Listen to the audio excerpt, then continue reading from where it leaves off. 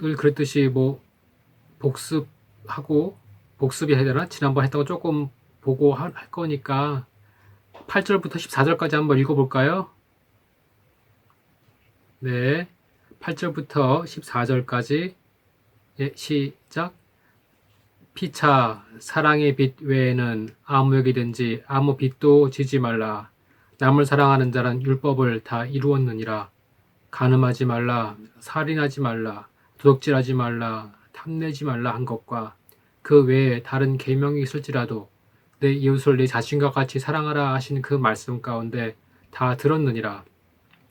사랑은 이웃에게 악을 행치 아니하나니 그러므로 사랑은 율법의 완성이니라. 또한 너희가 이 시기를 알거니와 자다가 깰 때가 벌써 되었으니 이는 이제 우리 구원이 처음 믿을 때보다 가까웠음이니라. 밤이 깊고 낮이 가까웠으니 그러므로 우리가 어두움의 일을 벗고 빛의 갑옷을 입자.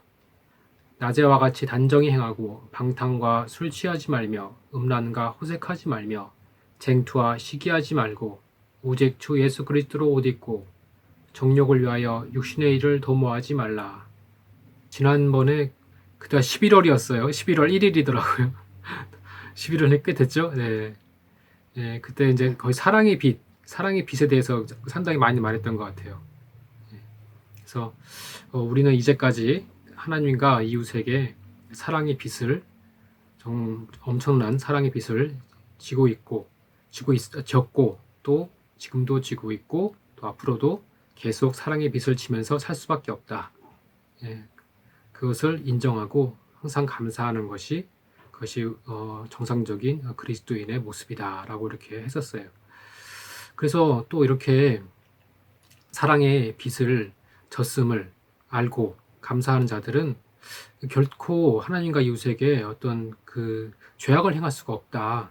그러니까 여기 본문에 있는 말씀처럼 예, 물론 이제 좀 잘못할 때가 있죠. 실수할 때도 있고 그 연약해서 그럴 수 있고 또 워낙에 우리 인간이 그 마귀의 지배 아래 살면서 특히나 불신자 가정이었을 경우에 마귀의 지배 아래 살면서 그 성품들이 많이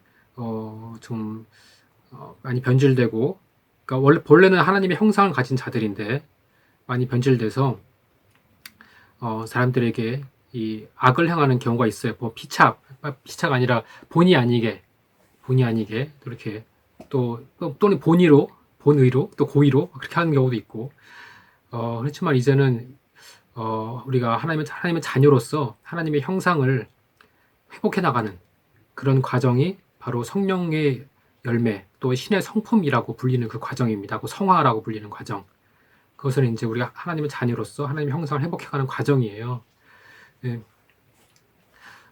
그렇게 우리가 이제 그런 좀 사람들에게 또 하나님에게 또 죄악을 행할 수도 있지만 그러나 우리 그 본심은 전혀 그렇지 않다는 거.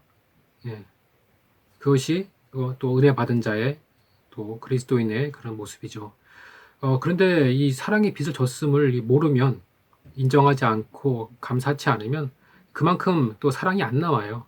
그러니까 이게 막 내가 막 사랑해야지 막 이렇게 훈련해서 이게 막 되는 게 아니라 인간은 먼저 받아야 됩니다. 사랑을 먼저 받아야 돼. 받지 않고는 안 나와요. 이게 받지 않고 스스로 만들어낼 수 있다면 그건 하나님입니다. 오직 사랑 받지 않고 전혀 받지 않고 스스로 만들어낼 수 있는 분은 자존하시고 자애하시는 하나님밖에 없어요. 하나님만 그게 가능해요. 하지만 인간은 자기 안에서 사랑을 만들어낼 수가 없어요. 반드시 먼저 받아야 돼요. 그래서 요한 1서 4장 10절 11절에서도 사랑은 여기 있으니 우리가 하나님을 사랑한 것이 아니요 오직 하나님이 우리를 사랑하사 우리 죄를 위하여 화목제로 그 아들을 보내셨음이라. 사랑하는 자들아 하나님이 이같이 우리를 사랑하셨은즉 우리도 서로 사랑하는 것이 마땅하도다. 또 요한일서 3장 16절에서도 그가 우리를 위하여 목숨을 버리셨으니 우리가 이로써 사랑을 알고라고 이렇게 말합니다. 그래서 인간은 먼저 받아야 베풀 수가 있는 존재입니다. 겸손하게 그걸 인정해야 돼요. 우리는 받지 않고 스스로 내가 할 수 있다 하는 것은 결국 그 외식자를 만들어낼 수가 있어요. 그래서 은혜를 말하지 않고 먼저 사랑하라 이렇게 말한다면 그건 율법입니다. 율법은 하나님의 양심이에요. 그러니까 사실 이 율법을 온전히 지킬 수 있는 분은 주님밖에 없습니다. 인자가 되어 오신 주님밖에 없어요. 인간은 이 율법을 통해서 알 수 있는 거는 나는 사랑이 안 나오는구나. 내겐 사랑이 없구나. 그걸 깨닫는 거예요. 그래서 나는 사랑이 없는 죄인이구나. 그걸 깨닫고 그런 결과가 나오든가 아니면 정반대로 나 스스로 사랑할 수 있다. 스스로 하나님과 예수 사랑할 수 있다라는 그런 외식자가 나오든가 둘 중 하나예요. 죄인이 나오든가 외식자가 나오든가. 그러나 복음은 믿음으로 하나님의 은혜를 받으라는 겁니다. 그리고 사랑은 그렇게 믿음으로 은혜 받은 자들에게 명하신 거예요. 먼저 사랑받은 자에게, 은혜 받은 자에게 그 다음에 명하신 겁니다. 이런 과정이 반드시 있어야 돼요. 이 과정을 건너뛰면 그건 복음이 아닌 게 됩니다. 그냥 율법이 돼버려요. 반드시 복음은 믿음으로 은혜를 받는 그것이 그 첫 단추가 돼야 되고 그것이 반드시 있어야 되고 그 경험이 없이는 전혀 그 서로 사랑하라 하나님의 사랑을 할 수가 없어요. 예. 그것이 없이는 정말 한계가 있는 겁니다. 그래서 이 정상적인 사랑은 정말 도미노 같은 사랑. 그러니까 하나님의 사랑에 내가 먼저 함락돼서 내가 쓰러져서 그래서 내가 쓰러지니까 그러니까 내 옆에 있는 다른 사람도 함께 쓰러져 버리는 그런 하나님의 사랑이 그렇게 전달되는 그런 것이 바로 이 신약 시대의 그 사랑이라고 할 수 있어요. 그러니까 내가 만약에 하나님의 사랑을 몰라서 좀 무덤덤하고 그러면 하나님의 사랑은 전달이 안 됩니다. 그러면 이제 교회는 끝나는 거예요. 이해되겠죠? 그러니까 우리가 사랑이 없이도 하나님의 사랑에 대해서 어떤 그 경험이 없이도 은혜 받지 않고도 막 그 어떤 교회에 사람들을 끌어모을 수는 있어요. 가능합니다. 어떤 여러 가지 이렇게 세상에서도 막 하나님의 사랑 전혀 몰라도 막 이렇게 마케팅을 많이 해서 사람들을 모을 수 있잖아요. 그것처럼 우리 교회에서도 여러 가지 마케팅 방법 사용해서 여러 가지 세상에서 쓰는 방법들을 사용해서 사람들을 불러 모을 수 있습니다. 그러니까 예를 들어서 요한복음 6장에서 오병이어 사건이 있었잖아요. 예수가 사람들의 육체에 필요한 그것을 채워줬어요. 그러니까 사람들이 몰려왔습니다. 몰려와서 예수를 쫓아가서 왕 삼으려고 했어요. 예수는 다른 데로 가버리셨는데 그걸 따라가서 왕 삼으려고 했어요. 그것처럼 마찬가지로 지금도 이 교회가 사람들의 어떤 육체의 필요, 육체가 원하는 것들을 채워주면 사람들은 와서 그 충성도라고 하죠. 세상에서도 막 그 고객 충성도를 높이려고 애를 많이 쓰잖아요. 그게 바로 왕 삼는 거예요. 그 사람들이 와서 왕이 되소서. 애플에 대한 또 충성도가 되게 높죠. 애플을 왕 삼는 겁니다. 애플의 그 종이 된 거예요, 사람들이. 스스로 이렇게 종이 되고자 하잖아요. 그것처럼 어떤 그런 애플의 그런 그 방법이 뭐예요? 사람들의 어떤 필요를 찾아내서 사람들의 어떤 필요를 채워준 거예요. 마찬가지로 그런 어떤 필요를 채워주면 되긴 돼요. 굉장히 어떤 충성도를 높일 수가 있습니다. 그런데 문제는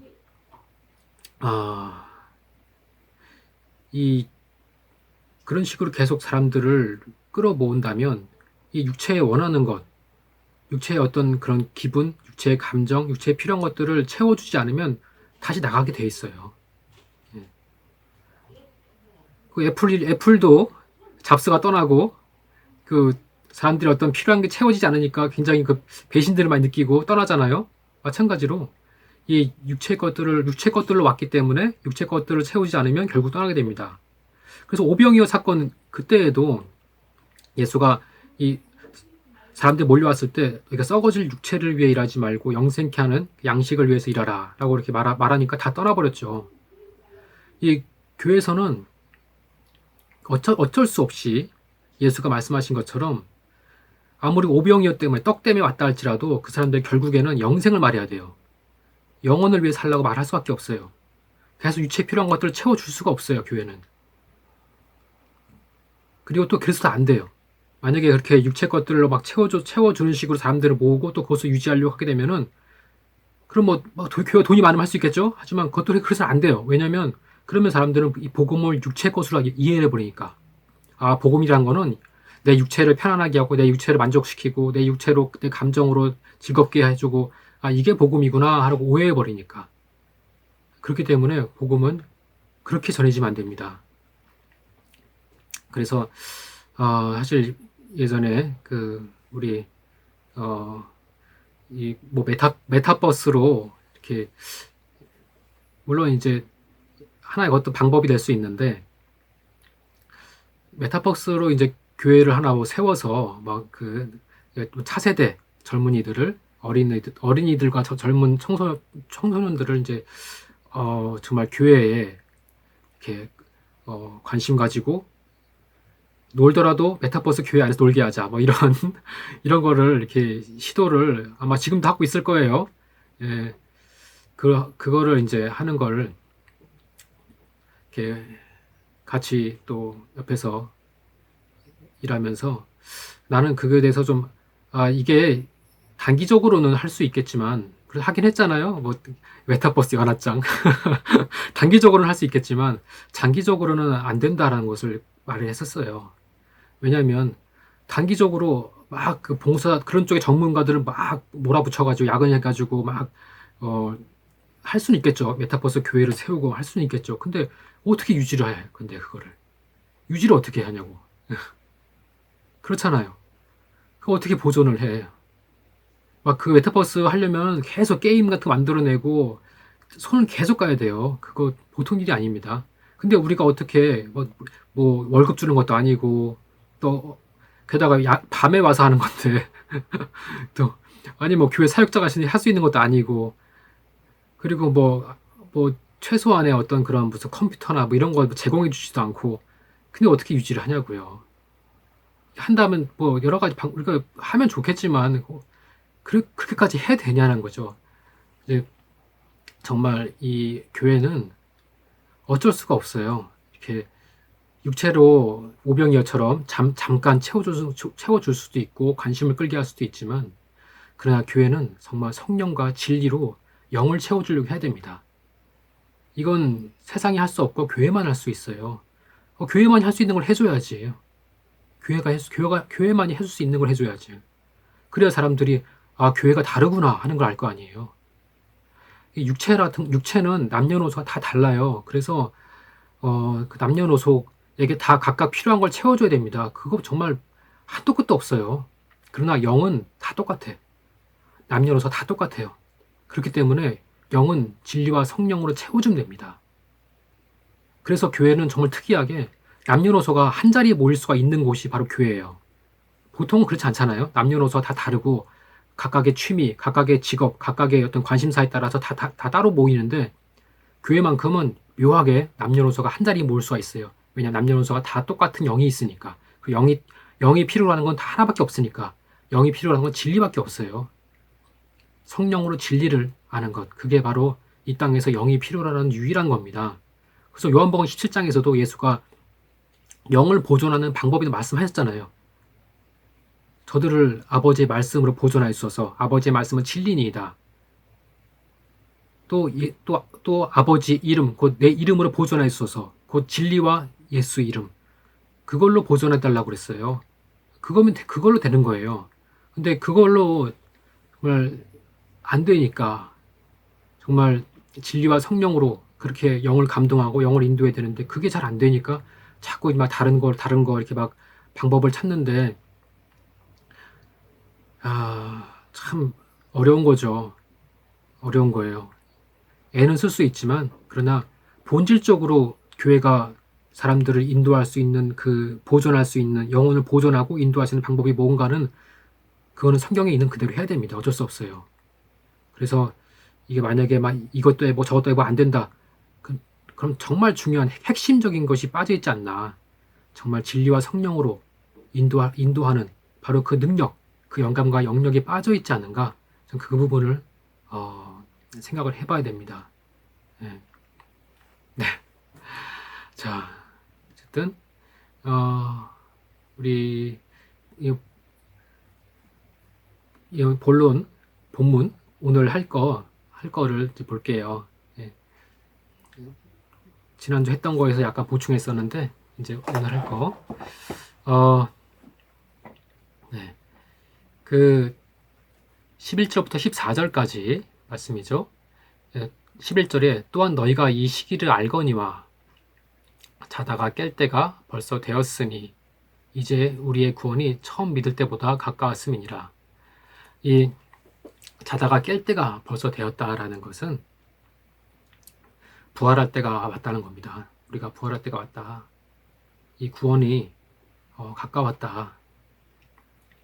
우리 육신의 삶이란 것은 정말 이 자면서 긴 꿈을 꾸는 거나 마찬가지입니다.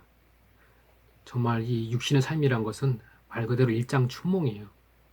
예, 다 허상입니다. 사실 이 육신의 삶은 다 허상입니다.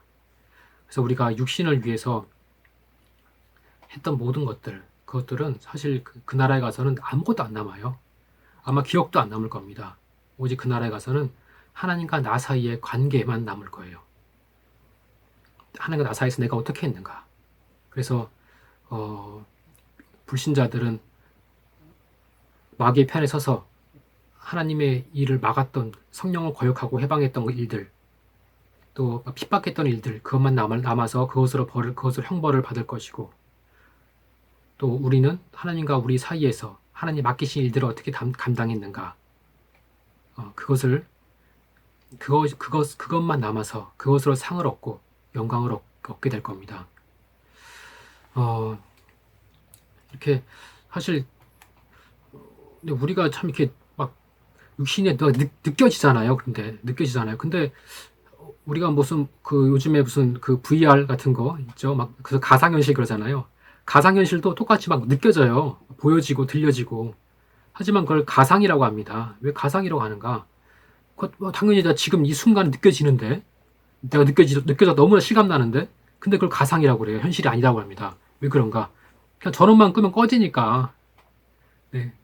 거기서는 내가 아무리 막 영웅이 되고 막 왕이 되고 권세가 있고 막 그래도 전원만 딱 끄면 꺼지니까. 그래서 그걸 가상이라고 하는 겁니다. 가상이라. 마찬가지예요. 우리 육체의 삶도 지금 현실도 지금 너무 느껴지지만 이게 가상인 겁니다. 왜냐면 그냥 꺼지니까 순식간 사라져버리니까. 우리의 실상은 영입니다. 오직 영원한 것만이 실상이에요. 영원하지 않으면 실상이 아닙니다. 실상과 가상의 차이를 이렇게 판단을 해야 돼요. 영원하지 않으면 모든 것이 허상이다. 영원한 것만이 실상이다. 그래서 우리의 육신의 삶이 얼마나 허상인지는 사실은 우리 그리스도인이 아니더라도 불신자라도 다 인정합니다. 불신자들도 떠날 때가 되면 이게 다 허망하구나. 정말 너무나 허망한 삶을 살았구나 하는 거를 깨달아요. 하지만 그럼에도 불구하고 어쩔 수 없어요. 육신 위에서 살 수밖에 없어요. 왜냐하면 다른 방법이 없으니까. 다른 길이 없으니까. 그들에겐 육신밖에 남은 게 없잖아요. 아는 게 육신밖에 없고. 그러니까 허탄한 삶인 거 알면서도 다른 길이 없는 거예요. 그냥 육신 위에서 살 수밖에 없는 거예요. 그들이 할 수 있는 것은 자기 육신 위에서 살다가 이제 더한 것은 이제 자기 후손들을 위해서, 자기 후손의 육신들을 위해서 좀 도와주고 그러고 가는 거. 그게 그들의 그런 어쩔 수 없는 삶의 모습이거든요. 그리고 또 마귀가 또 그렇게 그런 허상의 삶에서 눈을 못 떼도록 계속 유혹하고 속이고 있죠. 여기서 눈을 못 떼게. 근데 정말 우리 그리스도인들은 자기가 영혼임을 알고 또 영원한 영적 세계가 있으면 아는 자들입니다.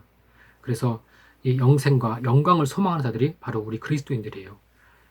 근데 참 이 바울의 이 말은 자다가 깰 때가 되었나니, 이 말은 너희가 어째서 여전히 불신자들처럼 육체 허상에 목을 메고 사는가. 이제 자다가 깰 때 됐다. 이제 꿈에서 깨어나라. 꿈에서 깨어나라. 이제 그 얘기입니다.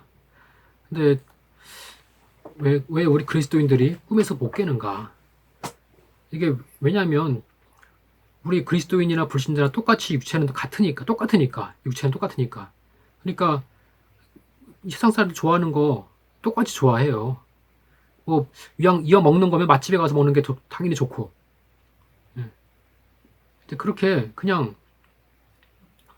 내 육신을 위해서 그냥 살고 있는 거, 육신에 좋은 거 그런 것이 그냥 그게 잠들어 있는 거예요. 예. 근데 그걸 잠들었다고 하는 거지, 그것을 꼭 유혹받았다, 이렇게 시험 들었다라고 말하진 않아요. 그냥 내가 잠들어 있는 거예요. 그거 약간 구분할 줄 알아야 돼요. 예. 내가 아무리 맛있는 식사를 차렸어도 잠들어 있으면은 잠든 사람 모르잖아요. 그죠? 그러니까 하나님의 것에 대해서 내가 하나님을 믿지만, 믿고 있어요. 믿고 있지만 내가 사모하지 않고 있다면, 사모하지 않고 관심이 없어. 그리고 그냥 내가 불신자와 똑같이 세상 일에 열심이야. 그게 잠들어 있는 겁니다. 예. 그건 뭐 유혹받았다 하고 말할 게 아니라 그냥 잠들어 있는 거예요. 그러면 무엇이 유혹인가? 유혹이라고 할 때에는 내가 하나님의 것과 육체의 것 사이에서 갈등할 때 그걸 유혹이라고 해요. 그러니까 예를 들어서 그러니까 내가 막 맛있는 거 좋아하고 노는 거 좋아하고 뭐 그런 거 자는 거 좋아하고, 이거는 그냥 유혹이 아니에요. 그냥 육신의 삶이야. 육신이 원래 좋아하는 거니까 그거는. 근데 그게 아니라, 그리고 하나님 것과 육신의 것 사이에서 내가 갈등할 때 그걸 유혹받는다라고 말하는 겁니다. 예를 들어서 주일날 예배드리러 가야 되는데 친구들이 놀자고 해요. 뭐 그런 거 아주 너무 쉬운 예지만 그때 갈등이 오잖아요. 그때 그걸 유혹받았다고 하는 거예요. 아니, 놀고 싶을 때 놀면 되는 거지. 또 뭐 히브리서에도 보면은 이 에서에 대해서 말하면서, 저가 망령된 잔이 자기의 한 그릇 식물을 위해서 장자의 명분을 팔았도다 하는 것처럼, 그렇게 하나님이 주신 그것을 포기하고 육체 것을 택할 때 그것을 유혹을 받았다라고 하는 겁니다. 그러니까 뭐든지 막 다 내가 막 영화 좋아하고 드라마 좋아하고 이런 걸 다 막 유혹이야 이렇게 할 필요는 없어요. 그냥 육체의 삶이에요. 그들 다 정죄하고 그럴 필요가 전혀 없습니다. 그러나 내가 택해야 할 때 무엇을 택할 것인가, 이게 중요한 거예요. 이때 유혹이 오는 겁니다. 하나님의 것은 포기하고 그냥 세상 것을 택했어. 막 그러면은 그게 반복이 돼. 그러면은 저가 불의한 걸 좋아하는구나 하고 하나님께서 가증히 여기시면은, 하나님께서 함께 유혹을 역사해 버리셔서 더 그쪽 가게 해 버리셔요. 그게 뭐 구원을 못 받는다 그런 얘기가 아니라, 그냥 거기서 멈춘 겁니다. 그냥 잠들어 버리는 거예요. 그냥 믿음이 성장하지 못하니까 어떻게 돼요? 감당할 그릇이 안 되니까 더 큰 일을 못 하는 겁니다. 그냥 거기서 멈춰 버리는 거예요. 그리고 감당할 그릇이 안 되니까 더 큰 일을 맡을 수가 없고, 더 큰 일을 맡을 수가 없으니까 그만큼의 영광을 얻을 수가 없는 겁니다. 그러니까 미혹의 영은 일을 못하게 하는 거예요. 그래서 상을 얻지 못하게, 영광을 얻지 못하게. 그것이 바로 미혹의 영이 한 역할입니다. 그러니까 저가 불의를 좋아하니 그냥 내버려 둬라. 그래서 영광 얻지 못하도록. 그리고 정말 최악의 경우에는 믿음까지 잃어버릴 수 있죠.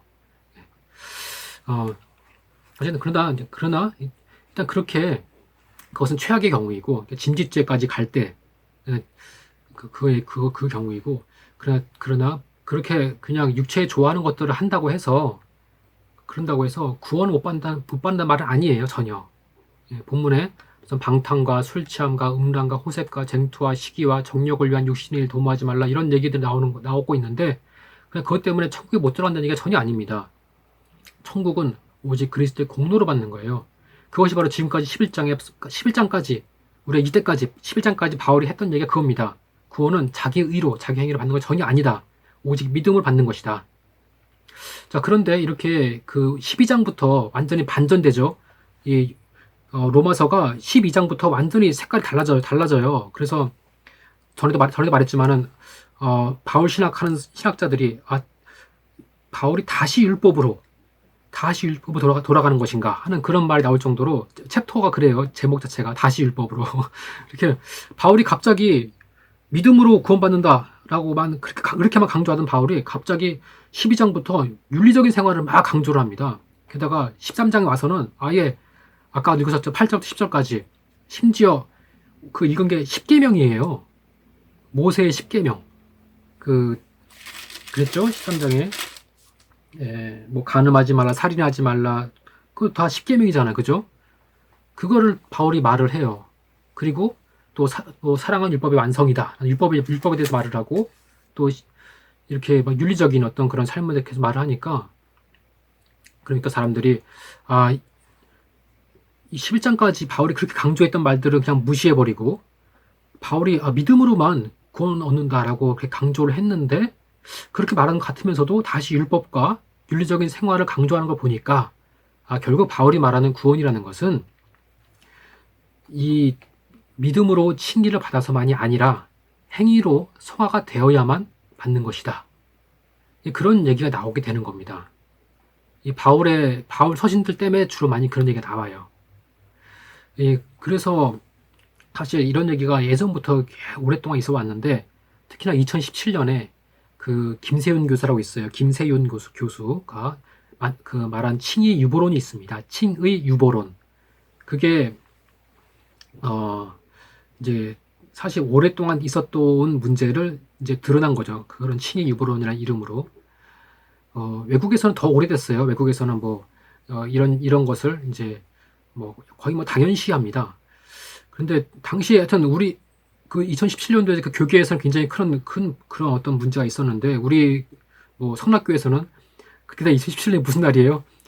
교회 분열 사태 일어나는 그때잖아요. 그러니까 막 정신이 없었죠. 그러니까 막 이런 문제에 관심을 가질 수가 없었죠. 오직 시므온의 환원 특강에서 이런 문제가 유사하게 다뤄줬었어요. 예. 이 칭의 유보론 이거는 칭의와 성화가 별개가 아니라 구원을 위한 하나의 과정이다 라는 그런 의미입니다. 과정이란 말은 완성이 아니란 말이죠. 그러니까 우리가 믿음으로 얻은 칭의는 칭의의 시작일 뿐이다. 믿음을 가진 후에 평생 성화의 과정을 잘 거쳐야만 비로소 하늘의 백보자 심판 앞에서 완전한 칭의를 얻는다. 그러니까 칭의가 유보되고 있는 것이다. 라는 그런 의미예요. 우리 믿음으로 이 땅에서 받은 칭의는 완전한 것이 아니다. 라는 말입니다. 그래서 이 이론대로라면 우리가 대속받은 게 사실은 어떤 사면받은 게 아닌 게 돼요. 사면이 아닌 게 됩니다. 지금까지 무슨 뭐 광복절 특사 뭐 이런 사면으로 많이 비유가 되었던 이 우리의 대속이 그렇게 비유돼서 안 되는 게 돼버려요. 그럼 어떤 걸로 비유되느냐? 집행유예로 비유가 돼야 돼요. 집행유예. 집행유예가 뭐예요? 특정 기간 동안 그 기간을 정해놓고 어떤 금고형 이상의 죄를 저지르지 않으면 그 과거의 죄의 형벌을 이미 받은 걸로 인정해 준다라는 그런 의미예요. 특정 기간 동안 죄를 안 지으면 죄를 짓지 않고 막 조심해서 막 이렇게 살면 그 전에 지었던 죄를 이미 벌을 받은 걸로 인정해 주는 거. 그러니까 일종의 개과천선의 기회를 주는 겁니다. 집행유예라는 거는. 이게 이렇게 우리가 받은 칭의를 어떤 그런 집행유예와 같이, 그러니까 그 집행유예의 특별한 특정 기간이 우리에게는 그러면 평생이 되는 거죠. 평생 죽을 때까지 그 기간 동안 정말 이렇게 좀 경건한 삶을 살면 비로소 그 칭의가 인정이 되는 겁니다. 그런 얘기예요. 칭의 유보론이라는 게. 그거 장점은 있죠. 그럼 평생 이제 어떤 죄를 짓지 말아야 한다라는 어떤 구원받기 위해서 죄를 짓지 않아야 한다는 어떤 그런 긴장감이 있으니까 경건한 삶을 더 살 수 있도록 유도할 수 있습니다. 그러나 그 단점은 결과적으로 그리스도의 공로가 구원을 위한 완전한 조건, 완벽한 조건이 아니란 말이 돼요. 아무리 그리스도의 공로가 있다 할지라도 내 공로가 없이는 그리스도의 공로가 의미가 없게 되는 겁니다. 그러면 왜 이렇게까지 그래서 막 이런 내용으로 막 그 당시 2017년도에 그 아마 인터넷 찾아보면은 많이 나올 거예요. 굉장히 반박하거나 또는 막 이렇게 그 옹호하는 글들이 많이 막 나왔어요. 예, 엄청나게 많이 나왔습니다. 근데 뭐 해결된 것 같지는 않아요. 예, 해결은 안 된 것 같고, 그리고 오히려 그 요새 굉장히 그런 어떤 윤리적인 문제들이 많이 다뤄지고 있기 때문에 특히나 뭐 이번에 무슨 드라마 더 글로리 더 글로리 드라마 알아요? 지금 엄청 요즘에 인기던데 거기에 뭐 목사의 딸하고 이제 주인공이 우리 송혜교가 싸우죠. 네. 근데 뭐 목사의 딸이 뭐 목사 딸이었던가요? 뭐 나는 이미 회개했으니까 난 죄 없다. 막 이러잖아요. 그게 굉장히 뻔뻔한 모습으로 나오잖아요. 그죠? 그러니까 그런 어떤 그 세상 사람들이 이해가 안 되는 부분, 그런 어떻게 죄를 자기가 책임지지 않고 남이 대신 지느냐. 그러니까 이런 부분에 대해서 어떤 답을 해주려고 하다 보니까 교회가 그러니까 칭의라는 게 믿음으로 구원받는다라는 게 사실 거기에는 그 칭의 안에 성화가 포함된 것이다라고 말을 하게 되는 겁니다. 자기를 변호하려다 보니까. 그러니까 정말 한국이 이제 이 OECD 안에 들어가게 되면서 이 경제적 지표를 많이 성장시키기도 해야 하지만 또한 이 선진국의 어떤 그런 윤리적인 지표도 많이 성장을 시켜야 돼요. 그러다 보니까 윤리 문제를 굉장히 많이 다루게 됐어요. 그러다 보니까 정말 이 사회적으로 윤리에 대한 어떤 그런 요구가 굉장히 심해졌습니다. 근데 윤리에 대한 요구를 이렇게 하려고 무슨 뭐 노동윤리, 기업윤리, 사회윤리 막 이런 것들을 막 하다 보니까 기독교에서 말하는 것을 받아들일 수가 없는 겁니다. 어떻게 회개했다고 저런 사람이 구원받는가? 이해할 수가 없는 거예요. 근데 그렇다고 해서 교회가 맞다. 니들 말이 맞다. 구원 회개했다고 되는 거 아니다. 우리가 말하는 게 사실은 우리 성화가 돼야 되는 거다. 이렇게 해서 피해갈 수가 있는데 피해가고 싶을 거예요. 이렇게 해서. 근데 그렇게 하면 쉽게 피해갈 수도 있어요. 뭔가 좀 되게 건전한 모습을 보이니까. 그러나 그렇게 되면 적그리스도가 되는 거예요. 적그리스도가. 그걸 알아야 돼요. 그게 굉장히 위험한 겁니다. 세상에 맞춰주려다 보니까 적그리스도가 되는 거예요. 그리스도의 공로를 완전하지 않은 걸로 만들어버리는 겁니다. 이거를 잘 분별할 수 있어야 되는데, 참. 자, 칭의와 성화를 분리하지 않아야 한다라고 주장하는 그 이유가 첫째로는 이 오늘 본문처럼 굉장히 어떤 윤리적인 생활을 강조하는 구절들이 있단 말이에요. 신약에. 구약에 있으면 상관없는데 신약에도 어떤 바울의 어떤 서신들처럼 윤리적인 생활을 강조하는 구절들이 있어요. 그래서 만일 이렇게 구원과 성화가 관계가 없다면, 구원 얻기 위해서 성화가 관계가 없다면 왜 이렇게 윤리를 강조했겠느냐? 바울이 그렇게 구원 얻는 것을 강조하는 바울이 어째서 윤리적인 생활을 강조했겠느냐라는 그런 질문을 하는 거죠. 그리고 또 하나는 만일 성화가 구원과 관계가 없다면 성도들로 하여금 그냥 믿으면 끝난 거 아니냐? 나 회개했으니까 나 죄 없어. 나는 뭐 아무리 악독한 죄를 저질렀어. 나 회개했어. 나는 뭐 양심에 거리끼는 게 없어. 막 이래 버리면 그러면 경건한 삶을 살 수 없게 만들 거 아니냐? 그런 질문, 두 가지 질문을 하게 되는 거예요. 거기에 대해서 답을 하려다 보니까 이렇게 된 겁니다. 근데 그런 것은 사실은 이 은혜를 모르기 때문에 그런 거예요. 은혜를 머리로만 이해하니까. 은혜가 뭔지 모르니까. 은혜라는 거는 정말 내가 죄 때문에 지옥 갈 것을 예수가 십자가 공로로 대신 졌다는 것을 아는 거예요. 그래서 이 은혜 받은 자들은 이 죄의 문제가 얼마나 큰가. 이것이 아무리 하나님의 아들이랄지라도 십자가 공로를 치러야 할 만큼 그렇게 무거운 것이 많은 자들이고, 그래서 그 은혜에 너무나 감격해서 그 감사함으로 주를 사랑하고 교회를 섬기는 자들이 바로 은혜 받은 자들입니다. 그렇게 해서 죄를 대속해 주신 그 은혜에 감사하고 감격해서 하나님을 섬기는 그런 은혜 받은 자들이 어떻게 죄 짓고 살아도 되겠네, 다 담당해 주셨으니까 나 뭐 함부로 죄 지어도 막 회개하면 되겠네, 그런 말을 어떻게 해요? 할 수가 없는 거예요. 그러니까 이제 그런 우려 자체를 한다는 것 자체가 은혜라는 거를 경험 못한 겁니다. 은혜를 아직 모르는 거예요. 그냥 은혜를 경험하지 않고 머리로만 이해한 겁니다. 그러나 믿음은, 우리의 믿음이라는 거는 믿음으로 은혜를 받는 건데, 믿음은 결코 이해하는 게 아니에요, 머리로. 그 외국에서의 문제가 그겁니다. 외국에 보면은 어떤 신학, 그 책에도 책 제목이 그래요. 이해하는, 뭐라고 했어? 어디 써 있지? 내가 많이, 기독교 조직 신학 개론이 있어요. 우리 집에. 그 신학교에서 배우는 겁니다. 거기에 커다랗게 써 있어요. 이해를 추구하는 신앙, 뭐 이렇게. 그러니까 이해. 그러나 믿음은 결코 이해가 아닙니다. 이해해야 되죠. 그래야, 그러니까 성경책도 그 사람의 말로 써있기 때문에 당연히 이해해야 됩니다. 그러나 그것은 표면적인 것이지, 믿음은 이해가 아니에요. 결코 이해가 아닙니다. 믿음은 먹는 겁니다. 먹는 것.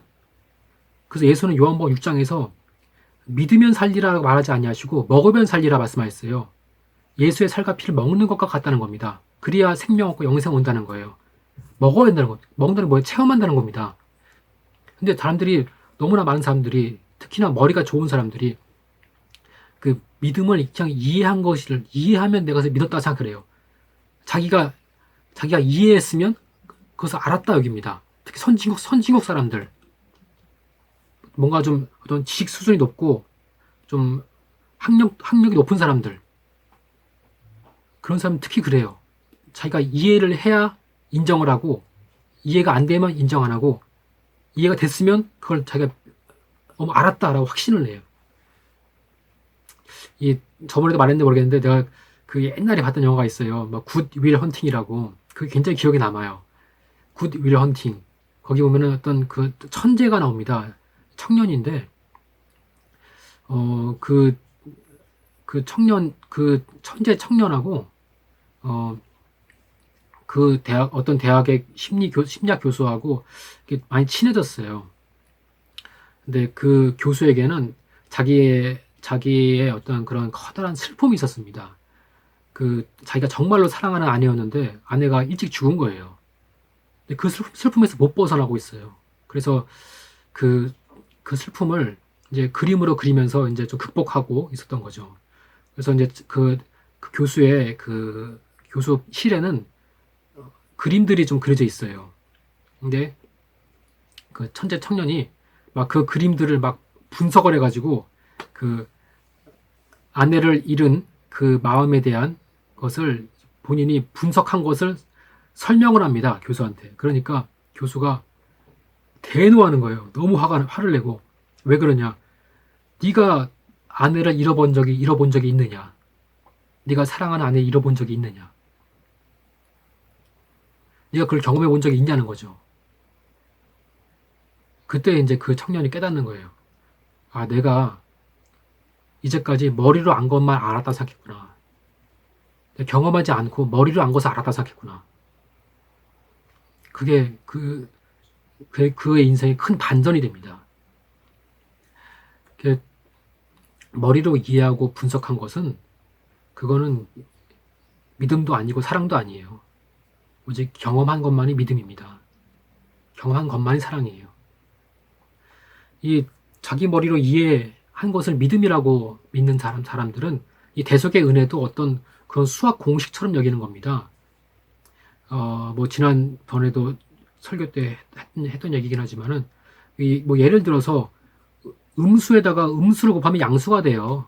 아무리 큰 음수라 할지라도 1억과 같은 그런 큰 음수라 할지라도 거기에 무슨 플러스 막 1억 5천, 뭐 2억 5, 뭐 3억 이렇게 해야만 양수가 되는 게 물론 되겠죠. 하지만 그렇게 안 해도 아무리 큰 음수라 할지라도 마이너스 1만 곱해주면 플러스 1억이 됩니다. 그러니까 그 음수가 크면 클수록 마이너스 2억, 마이너스 3억 이러면 이럴수록 마이너스 1만 곱하면 플러스 2억, 플러스 3억이 돼요. 그러니까 이런 식으로 대속의 은혜를 생각하는 겁니다. 그래서 로마서에도 나오죠. 죄가 많은 곳에 은혜가 많다 하니까 그럼 우리가 죄를 더 짓자는 것이냐? 그러니까 더 죄를 더 지어야 된다는 얘기냐? 또 예수께서 죄사함이 적은 자 적게 사랑하고 죄사함이 많은 자 많이 사랑한다 하니까 그럼 죄를 더 많이 지어야 된다는 얘기냐? 다 그런 겁니다. 그러니까 음수가 크면 클수록 더 큰 양수가 되네? 그러면 음수 더 큰 늘리자. 더 큰 음수를 집어넣자. 이런 식으로 죄가 많이 사함받으면 하나님보다 더 많이 사랑할 수 있겠네? 그럼 죄를 많이 지으면 되겠네? 그래도 아무 문제 없겠네? 그렇게 여기는 거예요. 수학 공식처럼 대속의 은혜를. 근데 그런 수학 공식에 무슨 감격이 있고 무슨 감사가 있고 무슨 감동이 있어요. 대속의 은혜를 그렇게 수학 공식으로 이해한 것은 전혀 믿음이 아닙니다. 은혜를 경험한 게 전혀 아니에요. 오직 이 은혜는 성령으로만 경험되는 겁니다. 사람들이 머리로 이해하는 것은 성령의 역사를 경험하지 못했기 때문에 그런 거예요. 자기 머리로 이해하는 것밖에 다른 방법이 없으니까. 은혜는 성령으로만 경험할 수 있고 알 수 있는 겁니다. 반드시. 다른 방법이 없어요. 아무리 머리 좋아도 안 됩니다. 바울은 그 고린도전서 2장 9절에서 10절에서 하나님이 자기를 사랑하는 자들을 위해서 예비하신 모든 것은 눈으로 보지 못하고 귀로도 듣지 못하고 생각지도 못한 것이다. 오직 하나님이 성령으로 이것을 우리에게 보이셨다. 또 13절에 신령한 것은 신령한 것으로만 안다. 이것처럼 이 하나님께서 우리에게 주신 은혜는 반드시 성령으로만, 하나님께서 예비하신 이 은혜는 성령으로만 알 수가 있는 겁니다. 그래서 이 성령으로 아니면 예수 주시라 할 수 없다라는 그 말은 그냥 단순하게 입으로 시인할 수 없다라는 말이 아니에요. 그래서 사람들은 저 사람이 예수를 믿는다라고 입으로 시인했으니까 성령이 그를 감동해서 믿게 하신 것이다라고 말을 하는데 그런 얘기가 아닙니다. 성령으로만 예수 주라 시인할 수 있다는 것은, 성령으로만 예수 그리스도라 시인할 수 있다는 것은 성령으로만 예수 그리스도의 공로를 안다는 거예요. 예수 그리스도가 하나님의 아들, 우리의 만유의 주가 되심을 성령으로만 알 수 있다는 겁니다. 내가 말을 할 수 있다. 그런 얘기가 아니에요. 그런 얘기 전혀 아닙니다. 정말 우리가 머리로 이해하는 거는 물론 어느 정도 이해할 수는 있겠죠. 1억이라는 게 크다. 그것은 이해할 수 있어요. 하지만 1억 원의 돈을 내가 경험하는 건 다르죠. 머리로 이해하는 것과 1억 원의 돈을 내가 경험하는 건 달라요. 그런 차이입니다. 이해와 성령의 경험이라고 해서 다 다른 겁니다. 이 성령의 역사는 우리의 마음을 변화시키는 겁니다. 이 시므온의 좁은 문이라는 책에 보면은 믿음과 순종의 차이에 대해서 말하고 있어요. 순종은 육체로 하는 겁니다. 그래서 속마음과 반대가 돼도 할 수 있어요. 노예처럼 아무 생각 없이 따라가도 됩니다. 그것도 순종이에요. 그러나 믿음은 그것이 아닙니다. 반드시 성령이 역사하셔서 내 마음이 따라가줘야 돼요. 내 마음의 자원함을 할 수 있어야 그것이 믿음입니다. 그래서 이 순종과 믿음, 단순히 내가 그냥 마음을 자원하지 않고 그냥 내가 억지로 막 바리새인처럼 억지로 막 해도 내가 막 신앙 좋다, 전혀 그렇지 않다는 걸. 그래서 이 갈라디아서 보면은 이 4장 보면은 육체를 따라난 자가 성령을 따라난 자를 핍박한다라는 말이 있는데 이게 그 교회 안에서 있는 말입니다. 세상 얘기도 되지만 교회 안에서도 마찬가지예요. 이 성령으로 은혜 경험하지 못하면은 그냥 어쩔 수 없이 자기 머리로 신앙생활 할 수밖에 없어요. 어쩔 수 없어요. 자기 머리로 은혜를 이해하고 자기 머리로 신앙생활 할 수밖에 없습니다. 그러면 자기 힘으로 해야 돼요. 그럼 모든 게 다 자기 의가 됩니다. 자기 의가 가득할 수밖에 없어요. 그러면 그 자기 의로 나면 판단할 수밖에 없습니다. 그러나 성령으로 난 자는 은혜를 알기 때문에 핍박을 할 수가 없어요. 자기 의로 판단할 수가 없습니다. 그래서 정말 정말 성령으로 은혜를 경험한 자만이 정말 이 하나님의 그 사랑을 알 수가 있고, 아까 읽었던 요한일서 말씀처럼 사랑을 알기 때문에 하나님 더 사랑할 수가 있는 겁니다.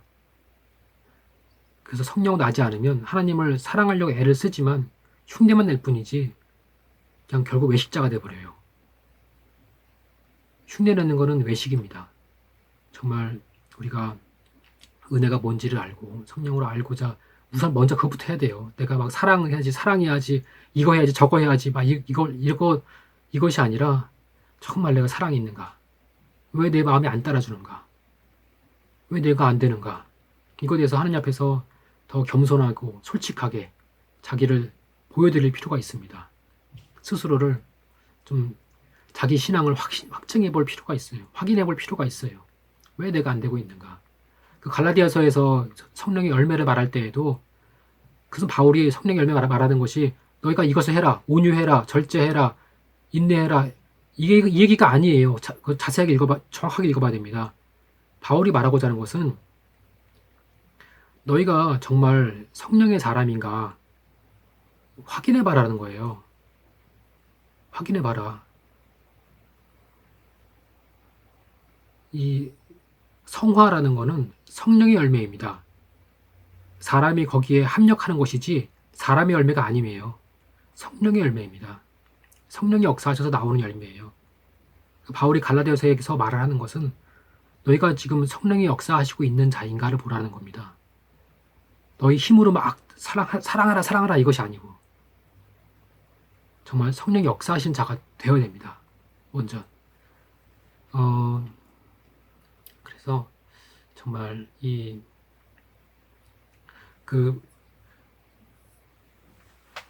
칭의 유보론자들은 칭의와 성화를 하나로 봐요. 하나로 봅니다. 그런데 그러면 과연 시므온은 어떻게 보고 있는가? 시므온은 정말 그는 성령의 사람이었죠. 어떤 신학의 영향을 받지 않고 오직 성경을 보고 하나님의 의도가 열린 사람이었습니다. 그는 어떻게 말하고 있는가? 칭의와 성화를 완전히 분리해요. 성화가 필요하다. 성화의 필요성 강조하고 말을 하지만 바울처럼 성화의 필요성 강조하지만 결단코 구원과 연결시키지 않습니다. 오직 주의 일을 돕기 위해서, 복음을 회방하지 않기 위해서, 교회에 유익을 끼치기 위해서 다 바울이 말한 거예요. 교회에 유익을 끼치기 위해서 성화가 필요하다는 것이지 구원 얻기 위해서 성화가 필요하다는 말하지 않습니다. 성화는 구원에 관한 것이 아니라 직분에 관한 거예요. 그렇기 때문에 성화의 결과가 구원이 아니라 상인 겁니다. 하늘에서의 상, 하늘에서의 영광. 근데 칭의 유보론자들, 그런 사람들은 만약 이 성화가 구원과 상관이 없다면, 그렇다면 나는 하늘에서 받을 상에 욕심이 없다. 난 구원이면 족하다. 사람들 이럴 거 아니냐. 굳이 성화된 삶을 살지 않고 그냥 마음대로 살려고 하지 않겠느냐. 그런 질문을 해요. 근데 그것도 마찬가지로 아까 말한 것처럼 은혜가 뭔지를 몰라서 그런 겁니다. 은혜를 경험했으면 나는 이제 나를 위해 살지 않고 주를 위해 살겠습니다라는 고백이 나와야 돼요. 이게 안 나오면 은혜 받은 게 아니에요. 정말 그렇습니다. 아까도 말했잖아요. 은혜 받은 게 뭔가 정말 너무나 큰 은혜, 너무나 엄청난 거 받은 거기 때문에 이제 정말 나를 위해 살지 않겠습니다라는 것이 고백이 나와야 되거든요. 근데 그게 안 나와. 내가 주를 위해 살겠다는 말이 안 나오고 그냥 나 구원이면 족합니다. 나 받을 거 다 받았으니까 됐습니다. 나 만족합니다. 이러고 있으면 이거 지금 은혜 받은 거 아닙니다. 이건 지금 이 사람 정말 돌아봐야 돼요. 정말. 바울은 우리가 다 주를 위해 살지 않고 다 자기를 위해 살지 않고 주를 위해 사나니라는 말을 해요. 너무나 당연하다는 듯이 말합니다. 바울은. 즉 바울에게 있어서 은혜 받은 자라는 것. 바울이 이 편지를 쓰고 있는데 이 편지를 받는 사람들은 당연히 모두가 다 자기를 위해 살지 않고 주를 위해 사는 사람들이다라고 생각하고 그런 사람들을 향해서 편지를 쓴 겁니다. 그러니까 그냥 은혜가 뭔지도 모르고 난 구원만 받았으면 됐습니다 한 사람들에게 쓴 것이 아니에요. 근데 그런 식으로 그냥 은혜를 그냥 그런 식으로 은혜를 머리로만 이해하고 그냥 뭐 구원 받아도 되지 않겠느냐 뭐 이런 식으로 생각하는 사람들이 바울 서신 읽으니까 이해할 수가 없는 겁니다. 오해하는 거예요. 우리가 정말 성령의 역사로 성령 감동으로 은혜를 경험했으면 이 하늘의 영광을 맛볼 수밖에 없고 하늘의 영광을 맛보면 더 큰 영광을 사모할 수밖에 없습니다. 이 바울은 셋째 하늘을 본 사람입니다. 하늘의 영광을 봤어요. 이 구원 후에 받을 영광이 얼마나 큰가를 본 사람입니다. 그렇기 때문에 그는 어떤 이는 해와 같고 어떤 이는 죽은 후에 그 부활의 영광이 어떤 이는 해와 같고 어떤 이는 달과 같고 어떤 이는 별과 같고 그렇게 또 어떤 이는 간신히 불탄 가운데서 불 속에서 구원만 다시 목숨만 건진 사와 같고 이런 얘기를 자기가 아직 죽지 않았는데 아직 부활하지도 않았는데 그런 얘기 담대하게 할 수 있는 겁니다. 그는 상이 없는 구원과 상이 있는 구원, 상 받는 구원과 상 없는 구원 그 차이를 너무나 알고 있었어요. 그것이 얼마나 큰가 알고 있었어요. 그렇기 때문에 그는 부활 후에 받을 그 상에 대해서 마치 구원 얻는 것처럼 그렇게 그것을 너무나 소중하게 여긴 겁니다. 그래서 자기는 정말 이제는 뒤로 돌아보지 않고 앞으로 받을 상, 부활의 푯대를 향해 달린다고 한 겁니다. 구원 받으려 달린다고 한 것이 아니라 앞으로 자기가 받을 상, 얻을 상을 위해서 부활의 푯대를 향해서 달린다고 한 거예요. 그렇게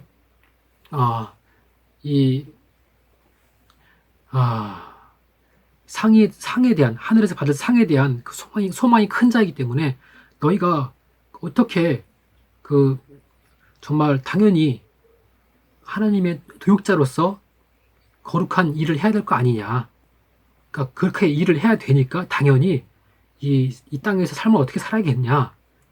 거룩한 하나님과 함께 일을 하려면 너희가 거룩해지지 않겠냐.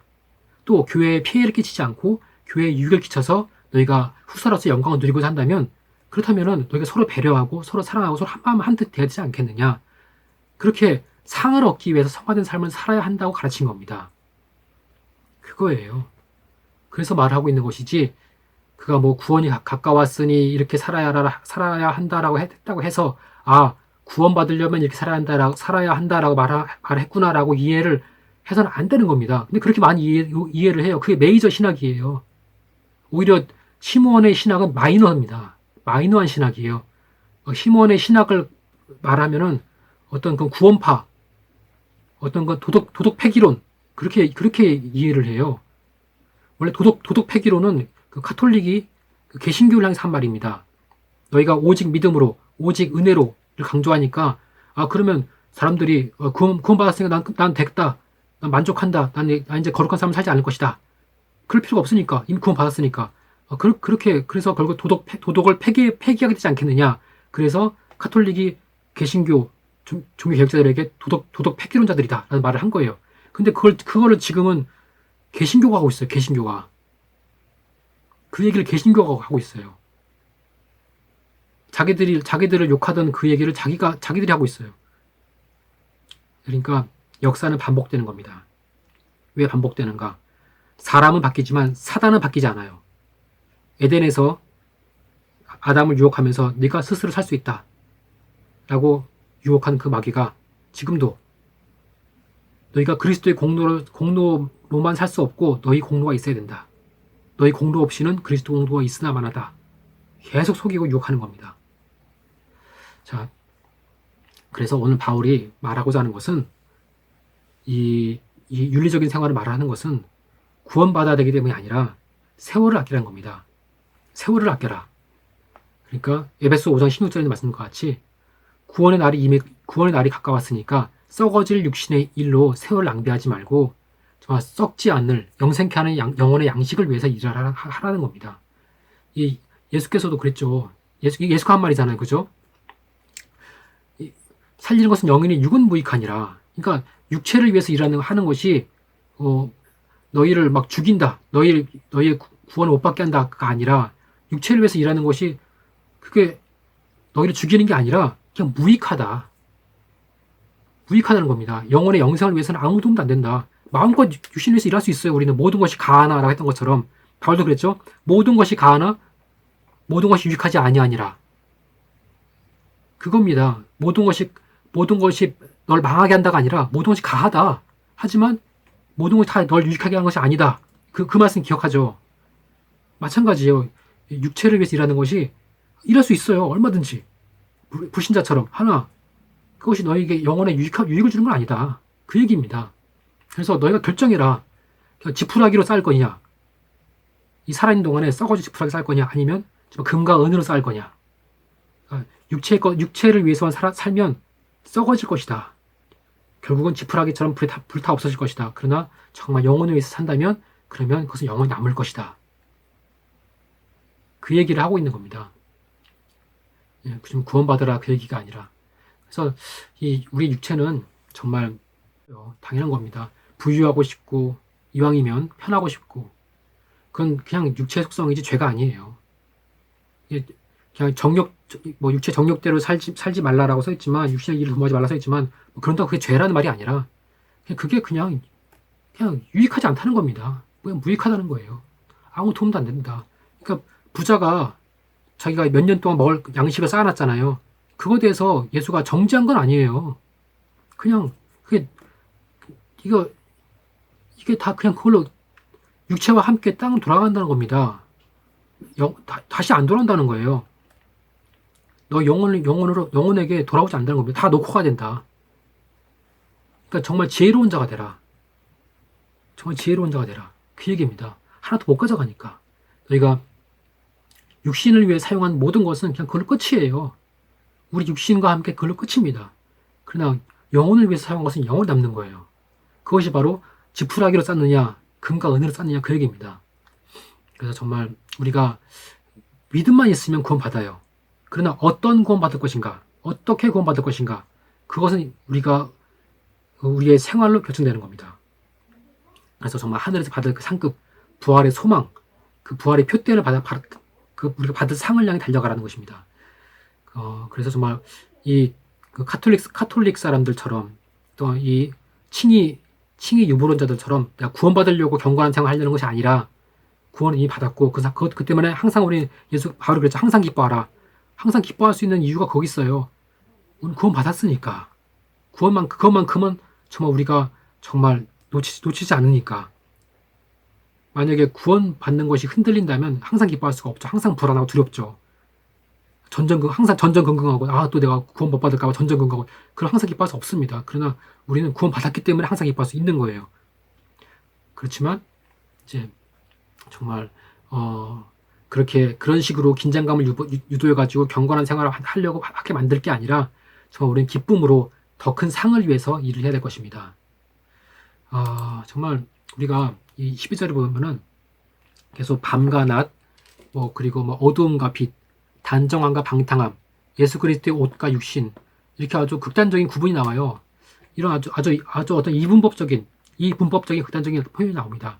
그래서 어떤 신학자들은 바울이 이렇게 이런 이분법적인 표현을 막 쓰는 것은 우리가 예수를 믿었어도 아직 완전한 생명 얻은 것이 아니기 때문에 생사의 갈림길에 놓여 있기 때문에 그래서 너희 행실을 삼가해서 죽지 말고 살아라.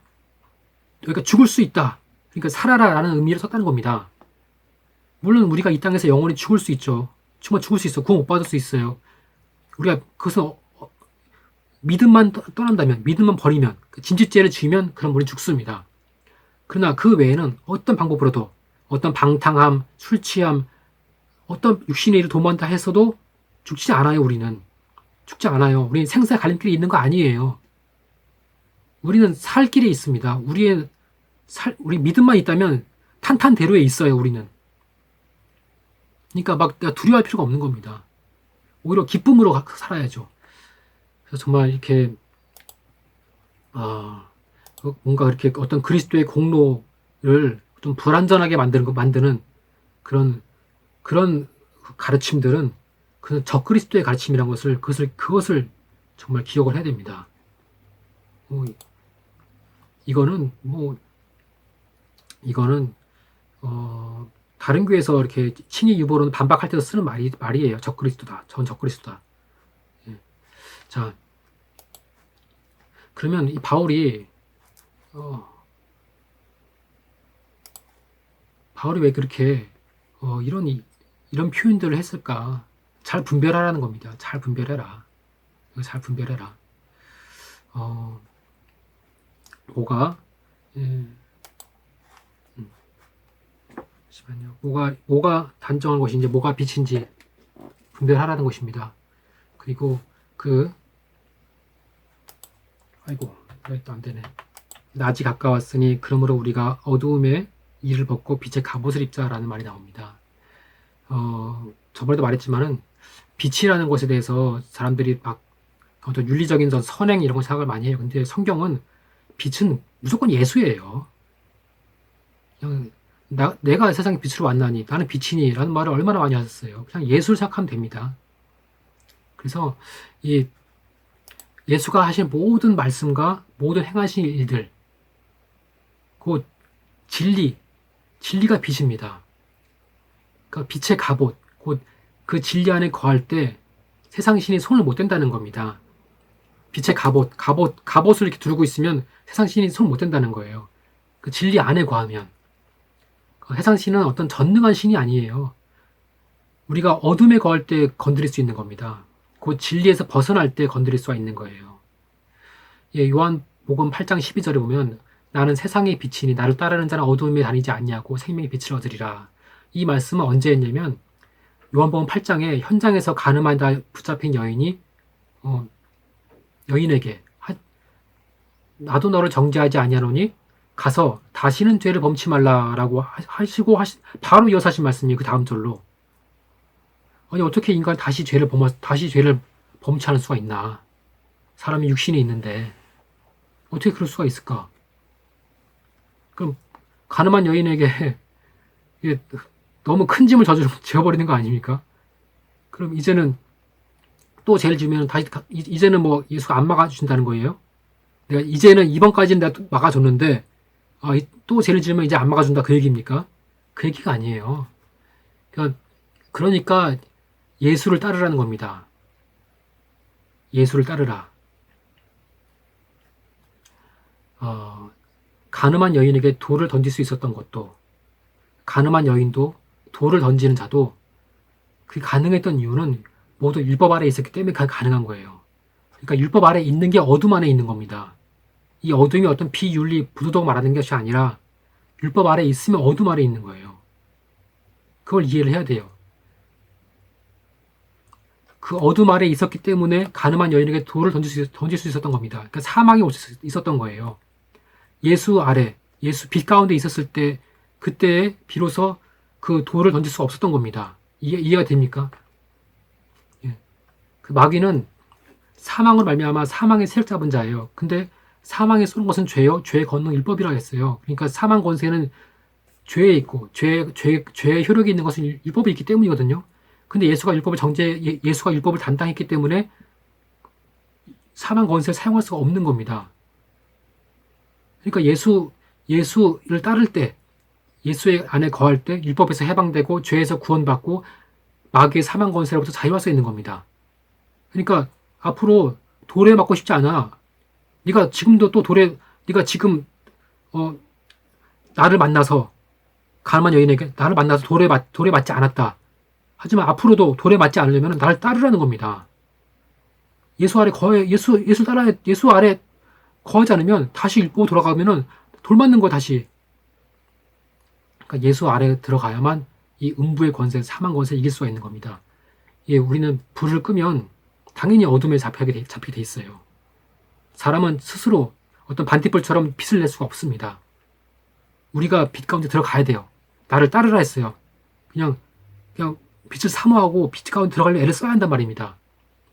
내가 정말 빛을 사모하고 빛 아래, 진리 아래에 거하려고 할 때에만 우리가 어둠의 권세를 이길 수가 있는 거고, 만약 그렇지 않고 내가 진리 아래에 거하지 않고 다시 과거로 율법으로 돌아가게 되면은 그때는 주님의 보호를 받을 수가 없게 돼요. 다시 돌 맞는 겁니다. 정말 우리는 빛의 갑옷을 입는 자, 진리 아래 거한 자가 되어야 할 것입니다. 네. 예, 그래요. 네. 여기까지 해서 13장 했습니다. 예. 그래서 정말 이 로마서 하면서 여러 가지 좀 로마서 때문에 나온 그런 어떤 생태 신학이나 이런 또 문제들이 많이 있죠. 그 중에 또 나온 이 칭의 유보론도 이 로마서를 포함한 바울 서신에서 또 나오게 된 거예요. 정말 우리가 이런 것들을 잘 분별할 줄 알아야 됩니다. 안 그러면 그냥 당하는 겁니다. 그냥 당해요. 그래서 잘 분별할 줄 알아야 되고, 이것을 분별하라고 베레아를 주신 겁니다. 베레아는 귀신 쫓는 게 아니라 그건 당연한 거고, 영분별의 능력입니다. 정말 우리가 베레아를 안다는 것에 대해서 정말 감사하고 그것을 정말 내 능력으로 삼아야 할 것입니다. 네. 아이고 수고 많았어요. 네.